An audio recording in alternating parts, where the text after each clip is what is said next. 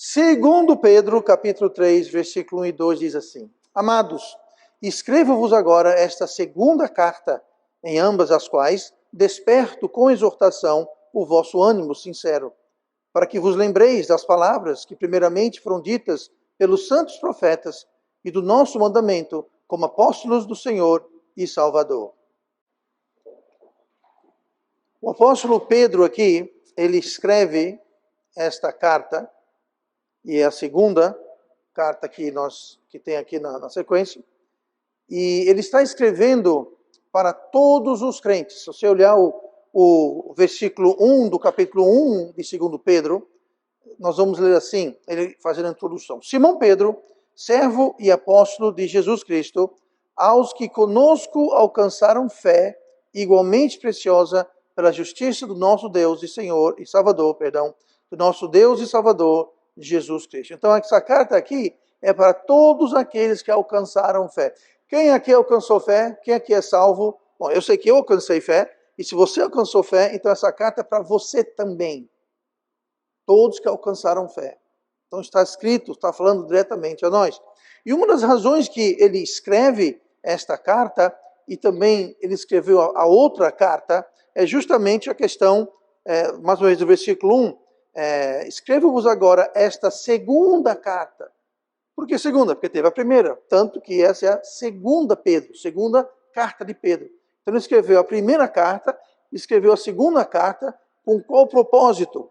Escrevo-vos agora essa segunda carta, em ambas as quais desperto com exortação o vosso ânimo sincero. O alvo, o propósito pelo qual Pedro escreveu a primeira e a segunda epístola foi para despertar o nosso, ele fala vosso, mas no caso o nosso ânimo sincero. Note que ele quer despertar o vosso ânimo, mas o vosso ânimo sincero. Não apenas o vosso ânimo, mas o vosso ânimo sincero. O ânimo verdadeiro. Já não estava, pelo que apresenta, já não estava tão sincero quanto uma vez esteve. Está tratando esse grupo de pessoas que se estende a nós, porque muitas vezes o nosso ânimo, ele pode ter uma certa flutuação. Muitas vezes o nosso ânimo não está constante aonde deveria estar. Ele vai, ele vem, ele sobe, ele desce, ele aumenta, ele diminui, fica mais forte, mais fraco. Então, aqui Pedro está querendo despertar o nosso ânimo sincero. Um ânimo sincero, ele não se torna um ânimo insincero da noite para o dia. Não é algo que acontece num piscar de olhos. Na realidade, se trata de um processo que geralmente é mais lento do que é mais rápido e é fácil de identificar ao olho treinado. É mais fácil de identificar quem está de fora do que quando nós observamos a nós mesmos. E muitas vezes nós deixamos essas flutuações passarem despercebidas. E nós muitas vezes achamos que estamos com um ânimo sincero, quando o nosso ânimo já não é tão sincero quanto deveria ser, ou como um dia já foi. E muitas vezes nós não percebemos essa queda, não percebemos esta mudança. Mas a carta de Pedro foi escrita, então, tanto a primeira quanto a segunda, basicamente para crentes dorminhocos. E esse é o tema de hoje. Crentes dorminhocos. No dicionário, a palavra dorminhoco significa o que dorme muito. E aqui não estou falando aos irmãos que dormem no culto, tá? Mas pode aproveitar, se o sapato cabe, pode calçar. Mas, então, o que dorme muito, o que está sempre disposto a dormir. Tem muito crente, e aqui estamos falando, é claro, espiritualmente. Espiritualmente, muitas vezes, nós somos dorminhocos porque nós temos uma predisposição a dormir. E, mais uma vez, é dormir espiritualmente. Então, eu quero aqui ver esses crentes que estão dormindo no ponto. É o tema que Pedro está tratando. Eu quero ver 3 tipos de crente dentro desse universo de crentes dorminhocos. Vamos comigo para Mateus capítulo 1. Mateus capítulo 1, versículo 24. Quero ver alguns exemplos, apenas 3, rapidamente, de crentes que dormiam. O primeiro é em Mateus 1, 24, e está falando sobre José, o padrasto de Jesus. Versículo 24 de Mateus 1. E José, despertando do sono, veja que aqui ele usa a palavra despertando. A mesma palavra que Pedro usou quando disse, agora vos escrevo a segunda carta, em ambas as quais despertou. Então, Pedro usou a palavra desperto, ele estava querendo despertar. Nós lemos em Mateus 24, e José despertando do sono. Essa é a mesma palavra em português, é a mesma palavra em grego. Nós veremos isso daqui a pouquinho. E José, despertando do sono, fez como o anjo do Senhor lhe ordenara e recebeu a sua mulher. Então, você sabe da história, José estava dormindo, e um anjo apareceu, explicou para ele tudo, e ele então acordou, despertou do sono e recebeu a sua mulher. Lembrando que Maria estava grávida e não era dele.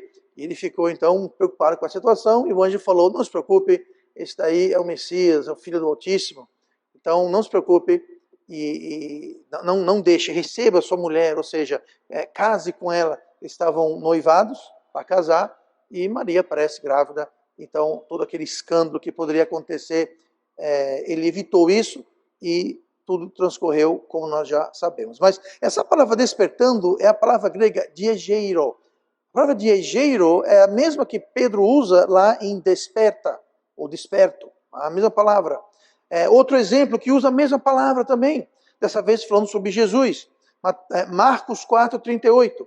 E ele estava na popa, dormindo sobre uma almofada, e despertaram-no, mesma palavra, despertaram-no, dizendo-lhe, mestre, não se te dá que pereçamos?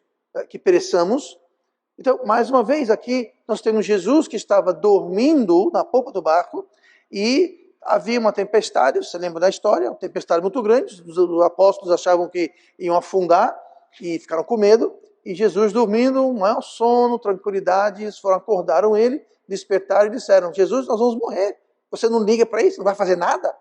Mas a palavra usada desse despertar do sono é justamente a mesma palavra que usou quando falou que José, despertando do sono, é a mesma palavra que Pedro fala que em ambas as quartas, desperto com exortação o vosso ânimo sincero. Nós temos o terceiro exemplo que, apesar de não estar usando a mesma palavra grega, porque está no Velho Testamento, obviamente o Velho Testamento é escrito em hebraico, então não vai estar em grego, mas é o exemplo de Jonas, que também como Jesus dormia, e também como Jesus dormia num barco, e também como Jesus dormia num barco durante uma tempestade. Tempestade essa que os marinheiros estavam apavorados, acharam que também iam a pique, iam afundar, todo mundo ia morrer. E diz assim o versículo 5 de Jonas, capítulo 1. E então temeram os marinheiros, clamavam cada um ao seu Deus, e lançaram ao mar as cargas que estavam no navio, para o aliviarem do seu peso. Jonas, porém, desceu ao porão do navio, e tendo-se deitado, dormia um profundo sono. E o mestre do navio chegou-se a ele e disse-lhe, que tens, dorminhoco? Levanta-te, clama ao teu Deus, talvez assim ele se lembre de nós, para que não pereçamos. Então, assim como os discípulos no barco estão com medo de perecer, tanto os discípulos quanto os marinheiros do barco de Jonas eram marinheiros experientes, conheciam o mar, mas aquela tempestade que se encontravam era algo fora do comum, estavam apavorados. Jesus dormiam, José e Jesus despertaram, não há nada de errado em dormir. Mas o problema é que a diferença entre o sono de Jonas era que era um sono de rebeldia. Deus havia dito para Jonas, vá a Nínive.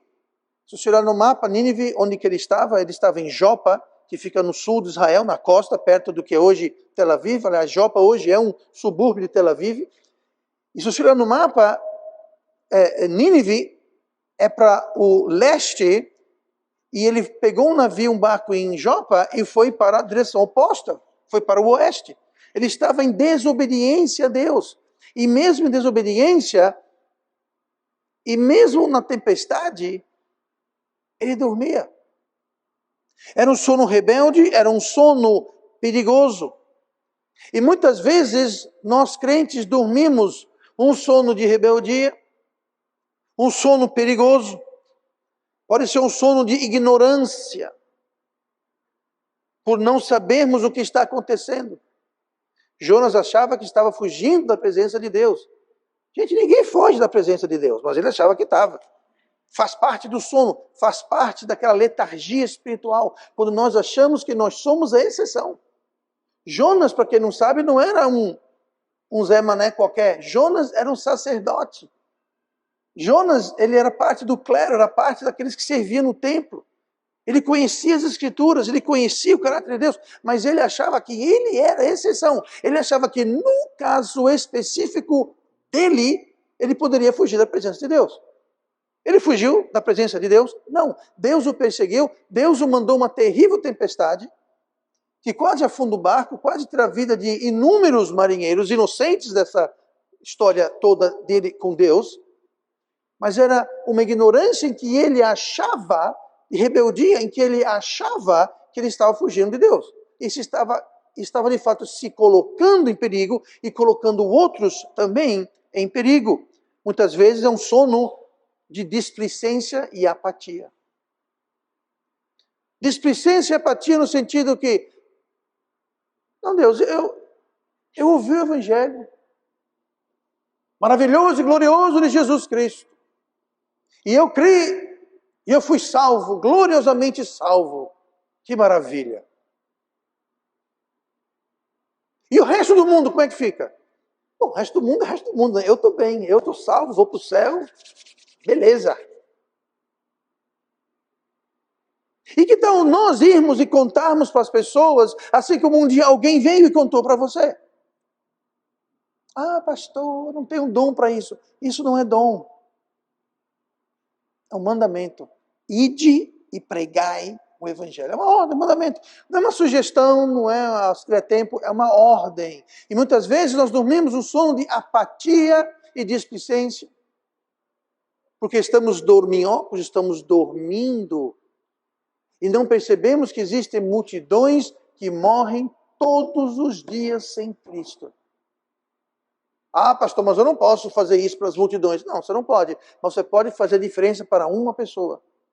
Uma pessoa de cada vez. Você pode fazer uma diferença para as pessoas, talvez, que você trabalha, com quem você estuda, com quem você anda. Ah, pastor, eu já falei para toda a minha família, todos meus amigos, todos meus colegas, meus conhecidos, eu já falei para todo mundo. Se esse é o caso, número 1, parabéns. Número 2, então crie oportunidades. Como? Saia. Saia às ruas e fale com as pessoas. Bata em portas, fale na praça, na calçada. Fale com as pessoas, busque as pessoas. Crie oportunidades. Compartilhe o Evangelho, leve as boas novas. Mas tem muito crente que está assim, ó. Dorminhoco em relação à salvação de almas. É irônico porque um dia alguém se deu o trabalho de se despertar e levou o Evangelho para mim e para você. E cabe a nós acordarmos, despertarmos e fazermos o mesmo. Muitas vezes é o sono, como Jonas, de rebeldia. Muitas vezes é um sono de preguiça e egoísmo. É hora de acordar, dorminhoco. Assim como Jonas, o que tens, dorminhoco? A tempestade vai despedaçar o barco e você dormindo? Acorda, dorminhoco. Existe um mundo condenado como multidões indo para o inferno e muitos crentes dormindo em relação a isso. Dormindo. Desperte, acorde, ó, dorminhoco. Existe um outro tipo de crente. Olhe comigo para 2 Pedro 3. Texto que nós lemos. Amados, escrevo-vos agora esta segunda carta, em ambas as quais desperto. Desperto. Quem desperta? Pedro. Pedro está querendo despertar. Pedro está sendo um despertador. O segundo tipo de crente é o crente despertador. O primeiro é o crente dorminhoco. O segundo é o crente despertador, assim como Pedro era um crente despertador. E crentes sonâmbulos, crentes que estão dormindo, crentes dorminhocos, precisam de um crente despertador. Um crente que os vai despertar. Um crente despertador armado com a palavra de Deus. Note que fala, escrevo-vos agora esta segunda carta. Nós temos a primeira epístola de Pedro, nós temos a segunda epístola de Pedro, estamos falando sobre a palavra escrita de Deus. E fala mais também, as palavras que primeiramente foram ditas pelos santos profetas. Mais uma vez, palavras escritas. O Velho Testamento.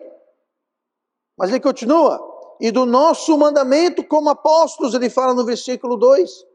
Então nós temos os profetas, os apóstolos, o Novo e o Velho Testamento. Como que um crente despertador trabalha?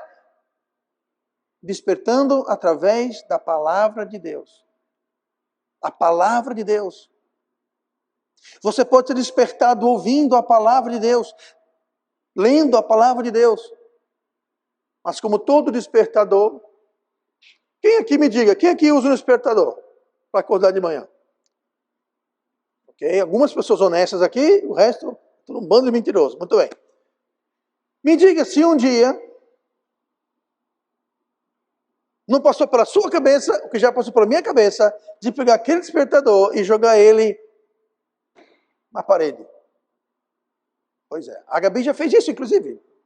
Não, nunca fez não. Ainda. Tem tempo ainda. Gente, se o despertador toca e a gente simplesmente... Hoje em dia os despertadores têm a função snooze. Não é isso que você vai lá, você aperta, aí ele daqui a 5, 8 minutos toca de novo. Tá? Aí quando toca de novo, você aperta o botão snooze de novo e de 8 minutos, de 5 minutos, e 8 minutos, você vai acordar 3 horas atrasado para o seu compromisso. Eu não, na minha época eu tinha despertador raiz, despertador rochedo, era aqueles que balançava assim, que tinha na corda. Ou você desligava, não tinha essa de botar snooze, isso daí é para os fracos. Pois é. Quando um crente despertador desperta-o, ou tenta lhe despertar, mesmo que dê vontade, não pegue ele, desligue ou jogue contra a parede. Porque muito crente faz isso. O Espírito Santo vem através da palavra pregada, de um conselho, de um exemplo. Você lê a palavra, o Espírito Santo vem, traz convicção, e a gente faz assim, aperta aquele botão de desligar, de snooze. A palavra snooze em inglês, para quem não sabe, quer dizer cochilo. Então você colocou o alarme, o despertador para tocar às, sei lá, que horas você coloca o seu, Gabi? 3 da manhã para acordar, para orar e jejuar. Que horas? 5 horas? Não, é sério, falando sério, que horas? 5 horas? Eu também. Então o que acontece? A gente coloca para acordar 5 horas, aí quando o abençoado toca, a gente fala, eu vou cochilar um pouquinho mais. Por quê? Porque é um dorminhoco. É um dorminhoco. Note que o anjo trouxe a mensagem para José, e José fez o quê? Despertou. E recebeu a sua mulher. Jesus estava dormindo na polpa do barco, quando acordaram, ele fez o quê? Levantou e disse, bando de homem frouxo. O grego diz isso, o original grego diz, bando de homem frouxo. E falou assim, vento, chuva, ondas, menos. E tudo, ó. Nenhum dos dois apertou o botão de snooze. Peraí, anjo, eu acordo já. Calma aí, discípulos frouxos. Deixa eu dormir um pouquinho mais. Muito crente, quando Deus manda alguém despertá-los, eles apertam o botão do cochilo, do snooze. Para esticar um pouquinho mais aquele sono. Enquanto nós fazemos isso, existe o mundo indo para o inferno. Enquanto fazemos isso, nós continuamos os nossos caminhos equivocados, continuamos no erro, continuamos no pecado. Por quê? Porque não despertamos. Temos que despertar. E nós precisamos de um crente despertador. O resultado de despertar, fala assim, despertar com exortação o vosso ânimo sincero. Não um ânimo fingido. Pastor, existe um ânimo insincero? Bom, se aqui fala sobre ânimo sincero, então existe sim um ânimo insincero. Essa palavra sincero, eu já preguei sobre isso algum tempo atrás.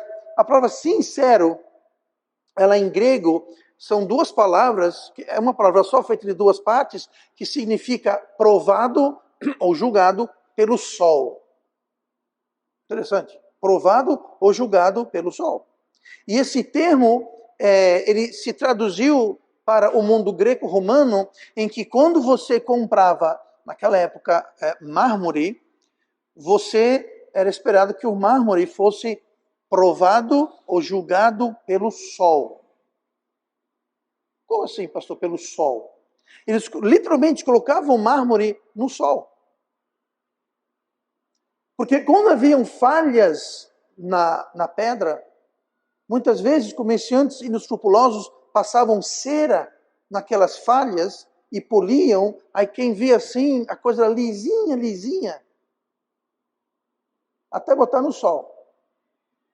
E o sol derretia a cera. E as falhas eram expostas. E sincero, no latim, significa literalmente sem cera. Sem cera. Foi provado pelo sol, não tem cera. Então, quando eu falo de uma sinceridade, de um ânimo sincero, é um ânimo não fingido, é um ânimo sincero, é um ânimo que vem de dentro para fora e não de fora para dentro. É um ânimo verdadeiro. E é esse o tipo de ânimo que nós devemos despertar em nós. Não um ânimo para agradar o pastor, agradar o marido, agradar a esposa, agradar o pai, agradar a mãe, agradar o irmão. Agradar a Deus, sincero, sincera, honesta, sem interesse, não hipócrita, não forçado, não apenas externo. O terceiro tipo de crente. Tem um crente dormiu, tem um crente despertador. Vamos para João 6, e versículo 18. Nós vamos ter um outro tipo de crente. Nós vamos falar aqui sobre uma tempestade no mar, mas é o crente agitador. É o crente agitador. João 6, e no versículo 18, nós lemos assim: E o mar se levantou, porque um grande vento assoprava. Quero que você olhe a palavra levantou. Essa palavra levantou é a palavra grega diegero. Mas, pastor, não era essa palavra para despertar? Mesma palavra. Essa palavra despertar, ela quer dizer despertar, mas ela também quer dizer levantar, como nesse caso aqui, e o mar se levantou. Como o mar se levantou? O mar se levantou? Não. O mar se levantou em que o mar ficou agitado. O mar ficou agitado. A palavra despertar significa levantar, despertar, quando você desperta, você acorda, mas também significa agitar. O mar ficou agitado, é o que está dizendo aqui. O mar se agitou, se levantou, porque um grande vento soprava. Então, o trabalho, num sentido mais amplo, é de você não só despertar, mas também agitar, sacudir. Muitas vezes nós precisamos disso, nós precisamos ser sacudidos, agitados, compelidos, relembrados, despertados de forma mais robusta. E esse é um dos trabalhos do pastor. O trabalho do pastor é agitar, despertar e agitar os crentes. Segundo Pedro 1,13, tendo por justo, enquanto estiver neste tabernáculo, despertar-vos com admoestações. Aqui é Pedro, na mesma epístola, só que no início dela, ele falou, enquanto estiver neste tabernáculo. O que é isso? Neste corpo, este tabernáculo, ele está falando o seguinte, enquanto eu estiver vivo, enquanto eu estiver nesse corpo, o meu trabalho é despertar-vos, é agitar-vos, é agitar, é despertar com admoestação. Pedro falou, enquanto estivesse vivo, ele ia despertar com admoestação. E é isso que o pastor tem que fazer, acordar, agitar o crente, muitas vezes, com admoestações. Pastor, essa palavra admoestação quer dizer o quê? Eu vou ler aqui o que está dizendo no dicionário para admoestação. reprimenda que se faz a alguém sobre seu comportamento, de ser ou maneira de ser, advertência, repreensão, resumindo, é bronca. É da bronca. Muitas vezes nós precisamos levar uma bronca, chamar atenção, puxar a orelha. Pedro também agitava com exortação, estimulava, incitava. Versículo 1, amados, de 2 Pedro, amados, escrevo-vos agora essa segunda carta, em ambas as quais desperto com exortação o vosso ânimo sincero. O problema é que hoje em dia, aliás, sempre foi, mas hoje em dia mais ainda, a Bíblia fala que nos últimos dias isso ia se agravar, mas hoje em dia, muitos não querem isso. Muitos fogem da admoestação, muitos fogem da exortação, muitos fogem da bronca. Tem muita igreja que não dá bronca, porque se der bronca, o irmão sai e vai para outra que não dá bronca. É para manter os irmãos na igreja, o pastor não dá bronca em ninguém, não repreende ninguém, não admoesta ninguém, não agita ninguém, não desperta ninguém. E tem uma igreja cheia de crentes. A maioria do que se chama igrejas hoje em dia não levam almas para Cristo. Não pregam o evangelho, nem sabe o que é isso. Sabe por quê? Estão mais preocupados com o louvor, com o grupo de louvor, mais preocupados com a cor da parede e da beleza do templo do que almas. Sabe o que é isso? Sonâmbulos, sem ninguém estar a despertá-los ou agitá-los. Não é de errado preocupar em ter um louvor bem treinado, um louvor bem preparado. Mas isso aqui não é o principal da igreja. Nada de errado em ter um templo bonito, pintado, bem instalado, confortável. Mas isso não é o principal da igreja. O principal da igreja é levar almas para Cristo. E para que possamos ter o poder de Deus, para levar almas para Cristo, nós temos que ter o poder de Deus sobre nossas vidas. E para ter o poder de Deus sobre nossas vidas, nós temos que viver uma vida que agrada a Deus. Porque senão nós não temos poder. E sem poder, nada acontece. Jesus falou o quê? Sem mim, nada podeis fazer. E quando nós damos fruto, Ele limpa para que dê mais fruto. Então, quando nós não damos fruto, Ele não limpa. Ele não poda. Nós precisamos do poder de Deus. Nós precisamos do poder de Deus em nossas vidas para fazer uma diferença neste mundo, na vida das pessoas. Mas a verdade é que muitos crentes não estão ligando para a vida de ninguém, a não ser para a vida deles. Para os meus projetos, os meus planos, as minhas coisas. Eu. Sabe o que é isso? Crentes sonâmbulos. Crentes sonâmbulos. Olha o que fala aqui. 2 Timóteo 4,3. Porque virá tempo em que não suportarão a sã doutrina, mas tendo comichão nos ouvidos, amontoarão para si doutores, conforme as suas próprias concupiscências. Pastor, nós não queremos levar bronca, pastor. Prega aí uma coisa bonitinha, prega assim, vocês são lindos, maravilhosos, e Deus ama todo mundo, e todo mundo ama todo mundo, e está tudo uma maravilha. Eita, coisa boa. Isso é muito bom, só que não é todo o conselho de Deus. Eu contei isso outro dia aqui, um relato, muitos anos atrás, um conhecido meu, pastor de uma igreja, veio visitar a gente no culto, sentou lá atrás. Quando acabou o culto, ele veio para mim e falou, se eu pregasse a metade que você prega, a minha igreja esvaziava no outro dia. Eu falei, pois é.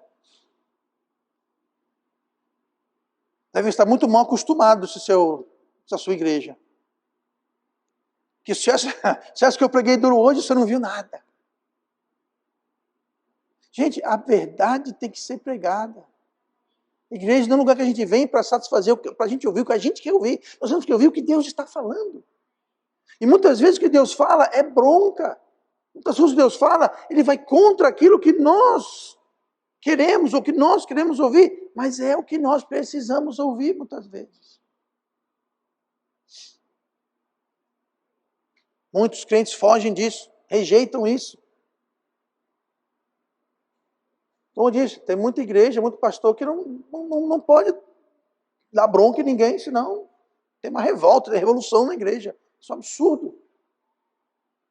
Alguém aqui já esteve cansado, dormindo, e às 2 ou 3 da manhã alguém vem tentar te acordar? Seja sincero, qual a sua reação? Vai embora. Me deixe em paz. Um chute, um coice. Gente, quando você está... Alguém já acordou assim? Você acorda e você não sabe onde você está, quem você é, que dia da semana, que oração. Você acorda assim, tipo, totalmente... Você não sabe se morreu e foi para o céu, foi para o inferno, se você não lembra onde é que eu estou, quem sou eu. Pois é, tem muito crente que está tão dorminhoco, que quando alguém vem e tenta acordar, despertar, agitar, eles se revoltam. Eles atacam. Eles esbravejam. Tem alguém assim, alguém aqui assim, quando alguém acorda você no meio da noite, você ataca o despertador? Pois é, tá vendo? Aqui também temos um aqui. Não, está coçando a cabeça, ok. Pois é, gente. Espiritualmente, muito crente é assim, estão dorminhocos, dormindo. Quando vem um agitador, despertador para agitar, para sacudir, eles reagem. Eles ficam bravos, revoltados. Muitos falsos profetas e falsos mestres não despertam e não agitam. Não é nada de novo. O Velho Testamento é cheio de exemplos assim.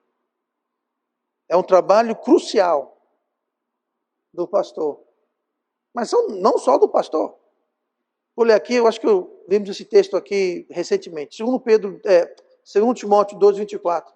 E ao servo do Senhor não convém contender, mas sim ser manso para com todos, apto para ensinar, sofredor, instruindo com mansidão os que resistem, a ver se porventura Deus lhes dará arrependimento para conhecerem a verdade e tornarem a despertar. Despertar. E desprendendo-se dos laços do diabo, em que a vontade dele estão presos. Isso aqui diz que enquanto o crente não está desperto, enquanto o crente está dorminhoco, o diabo está lá, ó, enlaçando. Aqui, ó. Se porventura Deus lhe dará arrependimento para conhecer a verdade e tornar-lhe a despertar, desprendendo-se dos laços do diabo. Enquanto esse crente aqui dorme, o diabo está ali, ó, enlaçando. O despertador está querendo agitar, acordar, despertar. Não, outra hora, deixa eu dormir. O diabo está ali enlaçando. Não, tá bem quentinho esse laço do diabo, deixa eu quieto. Por isso que fala que o pastor aqui, o servo do Senhor, tem que ser o quê? Sofredor. Que tem que ver uma situação dessas. O dorminhoco não quer acordar, está vendo o diabo enlaçar, prendendo. E do nada, acorda! Sai daqui, vai embora. Deixa eu dormir. Deixa eu em paz. Eu não quero ver isso. O diabo está me lançando. Então deixa o diabo me lançar, quer saber não. Manso não convém contender. A vontade que dá é deixar de ser manso e ir lá e contender. Contender quer dizer brigar. Contender, brigar. A vontade que tem é dar uns tapas. Pegar aqui o pé da orelha e fazer. Você tá doido, rapaz? Tá maluco? Acorda. Mas o servo de Deus Não dá, não contender, mas fala aqui, não convém contender, tem que ser manso, apto para ensinar, sofredor, aguentador. Por quê? Porque apesar da vontade de ir lá dar uns tapas, não. Tem que deixar a pessoa despertar. Você ensina, apto para ensinar, para ver se Deus dá arrependimento. Então não está mais na mão do pastor. O pastor ensina, mas se a pessoa está dormindo, não quer acordar, não quer ser agitada, não quer ser despertada, está apertando o botão do snooze, o botão do cochilo, o botão de mais 5 minutos, mais 5 minutos, mais 5 minutos.